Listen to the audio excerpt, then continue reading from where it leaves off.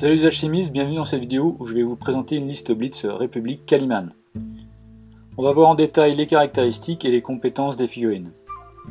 Voilà, donc cette liste République Kaliman, composée de 6 figurines, est emmenée par le héros Dalia Ilmalik.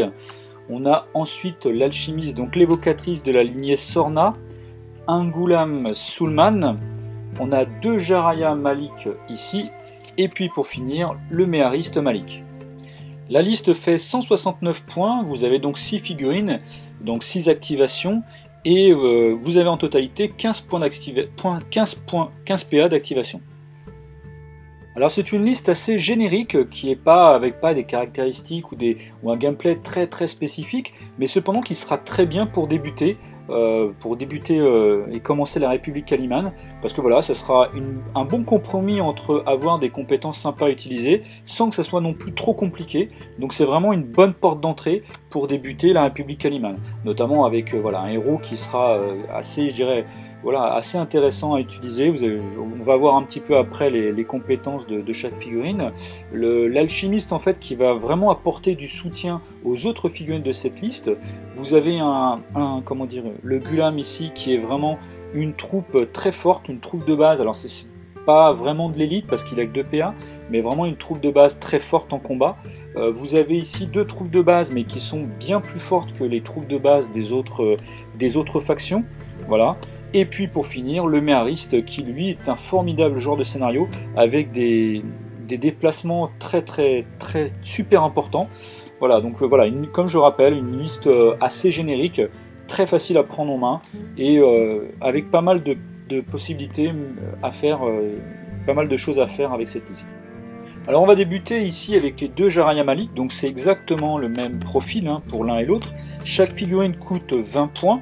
Voilà, au niveau du recrutement, sachant que vous pouvez en recruter jusqu'à 4 hein, dans une liste que vous créez, que ce soit liste ou origine. Voilà, donc 20 points. Donc ils ont 8 points de vie, donc 3 blancs, 2 jaunes et 3 rouges. Ils ont 8 en esprit, 4 en réflexe, 4 en combat, 11 en défense. Ils ont 2 PA, leurs valeurs de mouvement sont 5, 7, 12, donc 5 en marche, 7 en charge et 12 en course. Ce sont des tailles 2, comme vous le voyez en fait ils n'ont pas du tout de compétences, et leur valeur de la table de dommages est 2, 2, 3, 3, 4, 4. Donc voilà, c'est vous voyez, troupe de base vraiment très simple, hein, comme j'explique, hein, pas de compétences propres, pas de compétences spécifiques. Cependant, comme je disais, ce sont des troupes de base vraiment au-dessus des autres troupes de base des autres factions, parce que ils ont 4 en réflexe, donc quand même ils ont beaucoup plus, je dirais les valeurs moyennes c'est 2 ou 3, donc eux ils ont 4, ils ont 4 en combat, ce qui souvent les valeurs des troupes de base en combat c'est plutôt 3, 4 c'est quand même pas fréquent du tout pour les troupes de base, et puis au niveau de la valeur de défense ils ont 11, alors que généralement les troupes de base ont 10. Donc vous voyez en fait sur ces 3 caractéristiques qui sont le réflexe, le combat et la défense, eh bien ils ont des valeurs beaucoup plus élevées que les autres troupes de base des autres factions.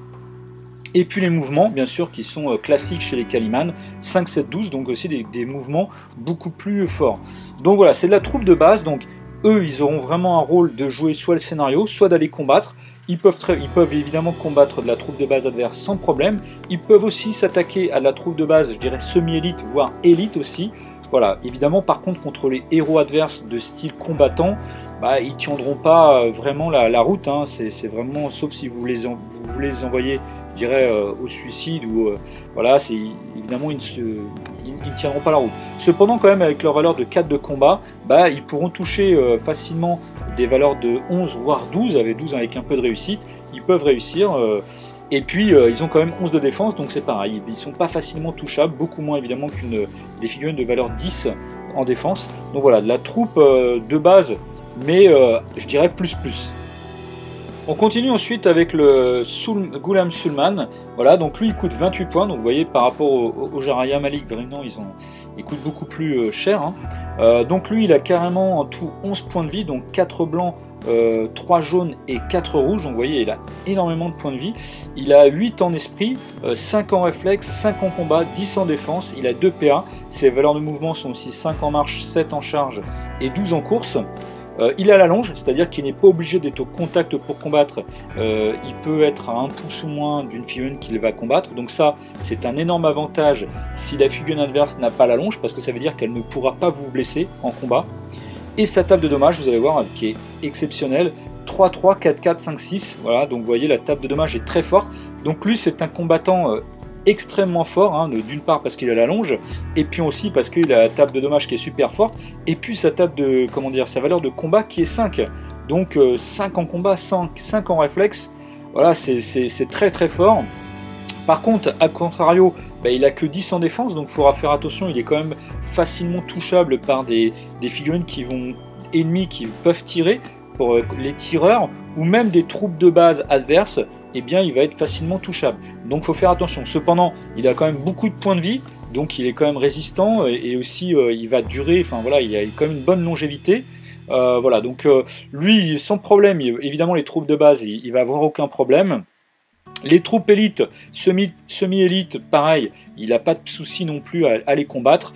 Et pareil, même, il peut aller se frotter, je dirais, aux héros. Alors après, évidemment, il faut faire attention parce que sa seule problématique, je dirais, c'est son 10 de défense qui fait qu'il va être facilement touchable. Voilà.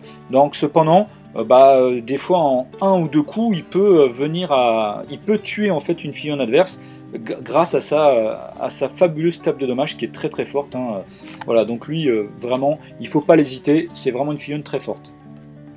On continue ici avec le méhariste Malik. Voilà, donc lui, il coûte 20 points aussi en termes de recrutement. Alors lui, c'est plutôt un joueur de scénario, et vous allez voir pourquoi. Donc il a 7 points de vie, donc 3 blancs, 2 jaunes et 2 rouges. Il a 8 en esprit, 5 en réflexe, il a 3 en combat, 12 en défense, il a 2 PA. Et vous voyez en fait ses valeurs de mouvement, c'est là où tout joue sur ce profil. 6 en marche, 9 en charge et 20 en course. Il a taille 2, c'est une taille 2, il a feinte, donc ça je vais expliquer un petit peu après. Et sa table de dommages c'est 1, 2, 2, 2, 3, 3. Voilà, donc on va commencer tout de suite par la compétence feinte. Donc une figurine dotée de cette compétence peut, après que les deux adversaires ont révélé leur carte de combat, échanger sa carte de combat par inactif. La feinte ne peut pas être utilisée lors d'une charge. Voilà, donc vous l'aurez bien compris, lorsque vous combattez, vous mettez évidemment votre carte face cachée, et lorsque vous l'avez révélée, eh bien vous pouvez échanger votre carte par inactif. Donc ça c'est très intéressant. Si par exemple une figurine ennemie vous combat, et qu'elle fait inactif, vous pouvez, même si vous avez joué parade, ou vous avez joué une carte d'attaque, finalement vous pouvez jouer inactif, voilà, si au cas où la figurine adverse ne vous combat pas. Ou bien si la figurine vous fait parade, eh bien vous pouvez faire inactif. Mais je rappelle, ça, vous ne pouvez pas le jouer, c'est la feinte, lorsque vous-même avez fait une charge. Donc le profil, après comme vous le voyez, il n'a pas beaucoup de points de vie, c'est pas un gros combattant, il a 3 en combat, par contre il a une fabuleuse défense, il a 12 en défense, donc il sera difficilement touchable. Il n'a pas une grosse table de dommages, 1, 2, 2, 2, 3, 3, vous voyez, c'est pas un très gros combattant. Par contre, voilà, tout son emploi, je dirais, c'est son avantage, c'est ses valeurs de mouvement, 6 en marche, 9 en charge et 20 en course. Voilà, c'est surtout un super joueur de scénario sur le marché de la corne, sur les sports. Il y a beaucoup de scénarios, il faut faire beaucoup de déplacements et voilà, d'utiliser 2 PA directement pour faire 20 pouces de mouvement, c'est là où résulte tout en fait son avantage. Et puis c'est pareil, il peut aller chercher des tireurs, il peut aussi aller chercher des alchimistes qui vont être planqués un petit peu au loin. Donc voilà, il va pouvoir aussi un peu débusquer des figurines qui sont un peu en fond de cours ennemi, pour un petit peu les neutraliser, on va dire, quoi. Donc voilà, c'est un super profil, sachant aussi que vous pouvez recruter 2 méharistes au sein d'une liste. Voilà, il y a des listes, on verra plus tard dans de prochaines vidéos, il y a des listes qui peuvent employer 2 méharistes, c'est super intéressant aussi. Voilà, vraiment un super profil, encore une fois je le répète, c'est pas un profil de combattant, lui il va être quand même bon pour combattre contre des figurines de troupes, parce qu'elles vont avoir du mal à le toucher du fait de sa haute défense de 12. Contre des figurines élites ou semi-élites, ça va être un petit peu plus difficile. Alors évidemment, n'allez pas l'employer à combattre des héros qui ont souvent 4 ou 5 en combat avec des grosses forces, des grosses tables de dommages. Voilà, je dirais le combat c'est quand même pas son emploi premier, d'autant plus qu'il n'a pas beaucoup de points de vie. Alors même s'il est difficile à toucher, dès lors il peut être tué en 2 ou 3 coups, donc il faut faire attention. Voilà. On continue ici avec l'évocatrice de la lignée Sorna. Voilà, donc là c'est l'alchimiste de votre liste. Donc elle coûte en recrutement 38 points. Elle a 8 points de vie, 9 points de vie, donc 3 blancs, 3 jaunes et 3 rouges. Elle a 8 en esprit, 5 en réflexe, 3 en combat, 12 en défense. Elle a 3 points d'action. C'est la valeur de mouvement, c'est 5, 7, 12. Le petit 1, 2, 3, 4 autour du cercle des caractéristiques, c'est ce qui va servir pour ses niveaux de concentration. C'est une taille 2, elle est alchimiste du cercle intérieur haut. Elle a serviteur alchimique. Et sa table de dommages, c'est 1, 1, 2, 2, 3, 3. Donc on va regarder tout de suite ses compétences. Donc, elle est alchimiste du cercle intérieur, donc je rappelle, il y a alchimiste du cercle extérieur et intérieur. Intérieur, c'est beaucoup plus fort. Pourquoi? Parce que à la fin d'une action, lorsque l'alchimiste puise dans un décor contenant un pion composant de son élément, il en récolte 6. Alors que les alchimistes du cercle extérieur, ils n'en récoltent que 4. Donc par contre, pour un pion composant d'un autre élément, donc c'est-à-dire si c'est pas un pion de composant eau, vous en récoltez 2. Donc ça, c'est comme les alchimistes du cercle extérieur.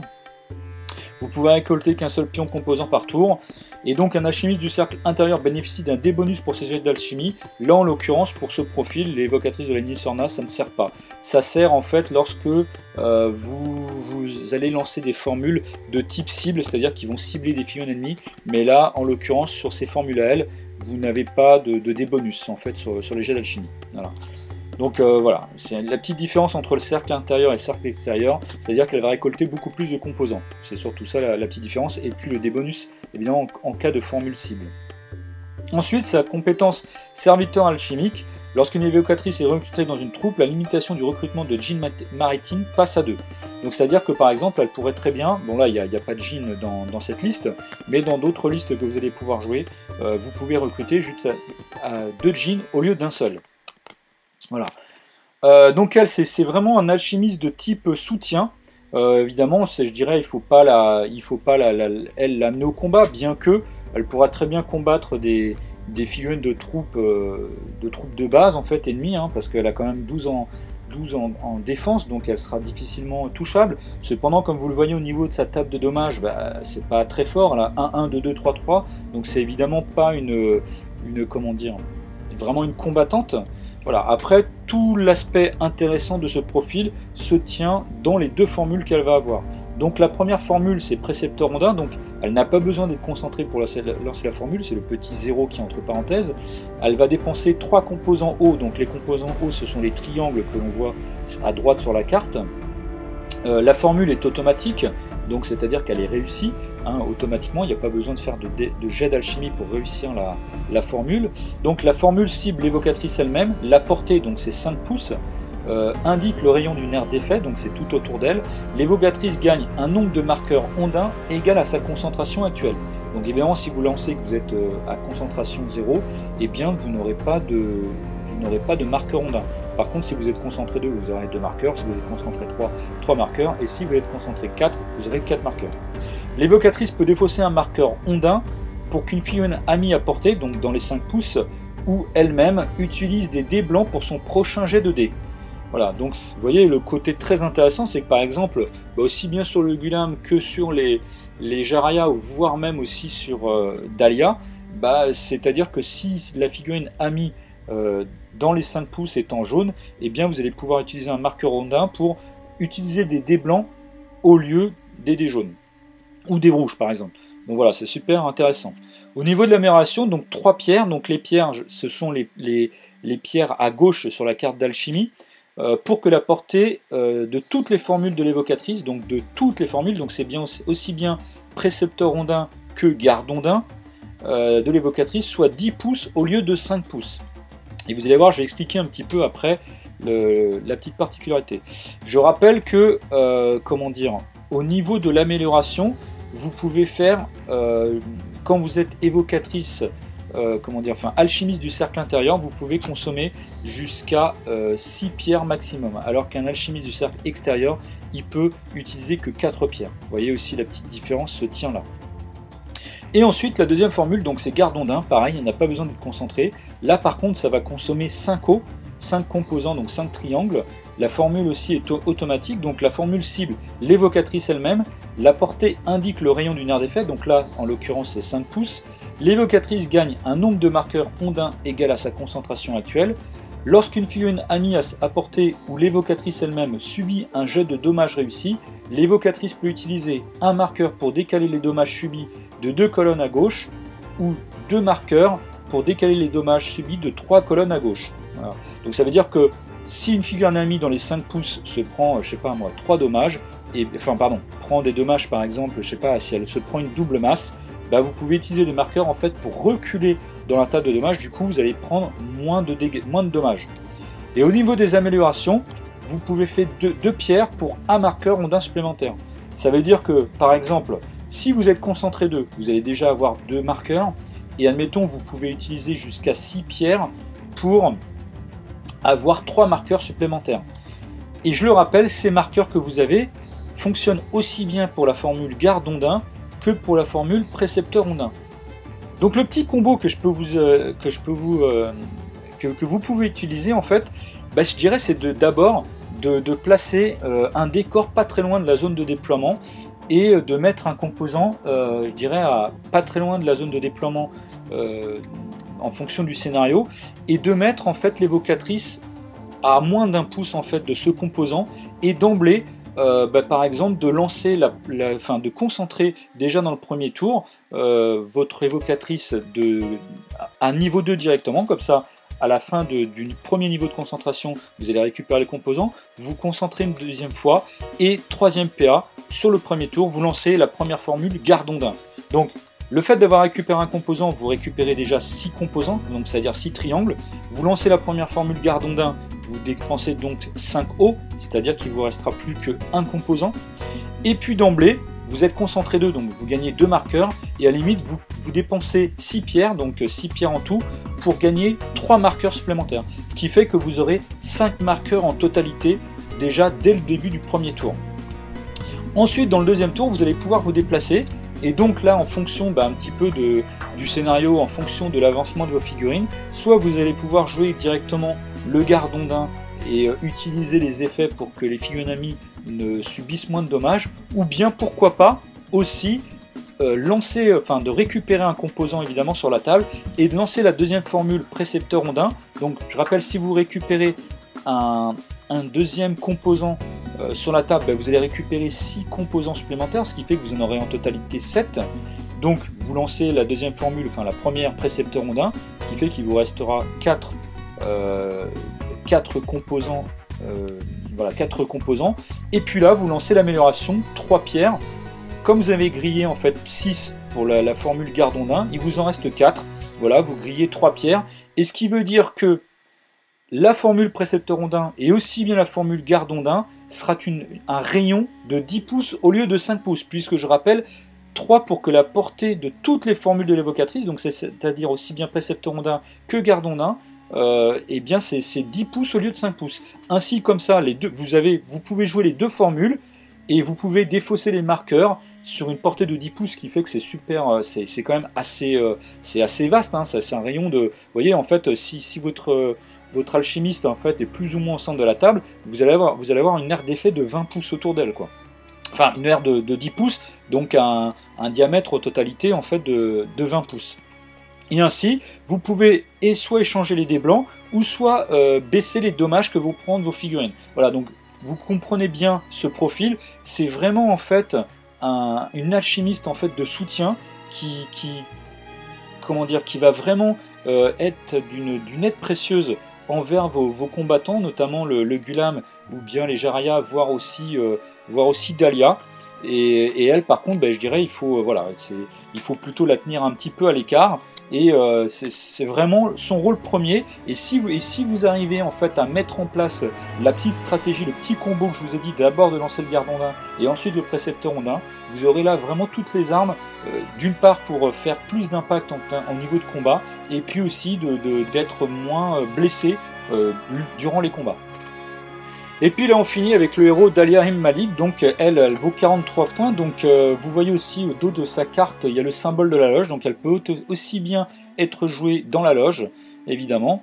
Donc 43 points, elle a 8 points de vie en totalité, donc 3 blancs, 2 jaunes, 3 rouges. Elle a 9 en esprit, donc vous voyez elle a déjà beaucoup plus de valeur d'esprit que les autres Calimans de cette liste. Elle a 5 en réflexe, 5 en combat, 12 en défense, elle a 4 points d'action. Ses valeurs de mouvement sont comme les autres Calimans 5, 7, 12, voilà, c'est classique. C'est une taille 2, elle a chef sans peur, volonté supérieure au dignitaire, Et sa table de dommages, c'est une table, on dirait classique, 2-2, 3-3, 4-4. Donc voilà, un petit peu, on va voir un petit peu ses compétences. Donc chef, une figurine dotée de cette compétence possède une aura dont le rayon est égal à son esprit, donc c'est-à-dire une aire d'effet de 9 pouces. Toute figurine amie située dans cette aura peut remplacer son esprit par celui du chef pour tout jet associé à cette caractéristique. Donc notamment par exemple, si vos figurines amies veulent aller charger une figurine effrayante, elles auront 9 au lieu d'avoir 8, puisque là dans cette liste ils ont tous 8. Ou bien si par exemple on lance une formule cible sur une de vos figurines, elle aura 9 en esprit au lieu de 8.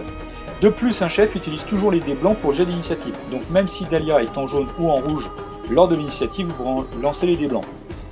Elle est aussi sans peur, donc c'est-à-dire qu'elle n'est pas, une figurine dotée de cette compétence n'a pas besoin d'effectuer de jet d'esprit contre les figurines effrayantes, elle réussit automatiquement le jet, donc l'effrayant des ennemis, elle s'en fiche. Elle a aussi la compétence volonté supérieure, donc une fois par tour, au cours de son activation, Dahlia peut désigner une figurine ennemie sur laquelle elle a une ligne de vue. Dahlia effectue un jet d'esprit d'une difficulté de 15, donc c'est-à-dire qu'il faudra lancer 2 dés de son état de santé plus son esprit, donc là, comme elle a 9 en esprit, et il faudra réussir à faire 15 ou plus de 15. Voilà. Si Dahlia réussit son jet, la carte de la figurine ennemie devra obligatoirement être la prochaine à être activée par le joueur adverse ce tour, sans possibilité de passer. Si la figurine ennemie ne peut plus s'activer ou suractiver, il n'y a pas d'effet. Donc vous comprendrez bien cette compétence est super intéressante, c'est-à-dire au cours de son activation, elle va désigner une figurine ennemie sur laquelle elle a une ligne de vue, et cette figurine en fait devra s'activer. Le joueur adverse devra activer cette prochaine figurine lorsque ça sera à lui de jouer, et il ne peut pas passer. Voilà, donc c'est vraiment super intéressant et très intéressant tactiquement en fait cette compétence. Et pour finir, au dignitaire, donc lorsque Dahlia est recruté, la limite de recrutement des Gulams passe à 4. Tant que Dahlia est en jeu, tous les Gulams recrutés acquièrent la compétence expert parade. Donc ça, pareil, ça pourra faire l'occasion d'une prochaine vidéo. Pourquoi pas, j'essaierai de faire un jour une vidéo avec Dahlia, avec recruter 4 Gulams et qui deviennent experts parade. Donc voilà, je sais plus en termes de points ce que ça peut donner, et si on peut recruter d'autres trucs avec ça, mais d'avoir Dahlia avec 4 Gulams qui sont experts parade, voilà, ça peut être intéressant. Bon là, en l'occurrence, c'est pas vraiment, comment dire, c'est pas vraiment utile, sauf que vous avez quand même la compétence expert parade pour le Gulam. Donc ça peut être super intéressant si aussi on vient charger votre Gulam. Vous voyez, c'est vraiment très intéressant. Pour finir, donc l'emploi de cette figurine, bon, vous voyez, elle a des compétences, des caractéristiques qui sont vraiment très très fortes, 9 en esprit, 5 en réflexe, 5 en combat, 12 en défense. Donc vraiment, je dirais quelque part, là vous n'avez pas beaucoup de peur à aller affronter les troupes de base adverses qui auront beaucoup de mal à vous toucher. Pareil en ce qui concerne les troupes élites, voire semi-élites, c'est pareil, vous n'aurez pas beaucoup de difficultés à les toucher, voire ça sera difficile pour ces figurines-là éventuellement de vous toucher. Par contre, évidemment, évitez d'aller charger, d'aller attaquer les héros, parce que si un héros a 5 en combat, généralement ils ont des tables de dommages quand même assez fortes, alors je parle des héros combattants adverses, là évidemment vous n'avez pas beaucoup de points de vie, vous en avez 8, alors bon c'est quand même pas mal, mais c'est vrai que généralement en 2 ou 3 blessures, vous pouvez vous faire tuer, donc il faudra faire attention.